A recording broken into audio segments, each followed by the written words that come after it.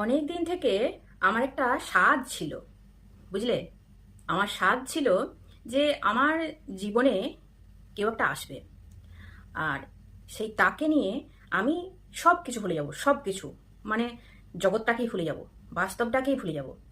তারপরে একদিন হঠাৎ করে আমার কাছে চলে এলো এই মোবাইলটা।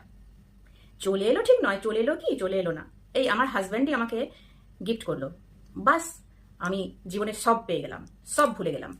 ঘর সংসার বাস্তব পৃথিবী, হাজব্যান্ড ছেলে, সব সব আজকাল শুধু এই মোবাইল নিয়েই থাকি। এখানেই আমার ঘর সংসার। 24 ঘন্টার 20-21 ঘন্টা আমি এর সঙ্গেই কাটাই। বাকি 3 ঘন্টা এই ধরো নাওয়া খাওয়া, টয়লেট, আর কখনো সখনো হয়তো মোবাইল ঘেঁটে ঘেঁটে নেহাত আলা হয়ে গিয়ে একটু বিশ্রাম নিয়ে আর কি, সব দিন নয়, মাঝে সাঝে।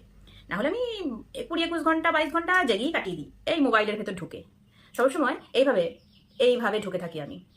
আর এই দেখতে পাচ্ছ আমার এই বেডরুমের এই বিছানায় এইভাবে দুটো পাশ বালিশের উপরে এইভাবে ঠেস দিয়ে, আর পাটা রাখার জন্য একটা পাশ বালিশ থাকে, এইভাবে আমি শুয়ে বসে কাটিয়ে দিই।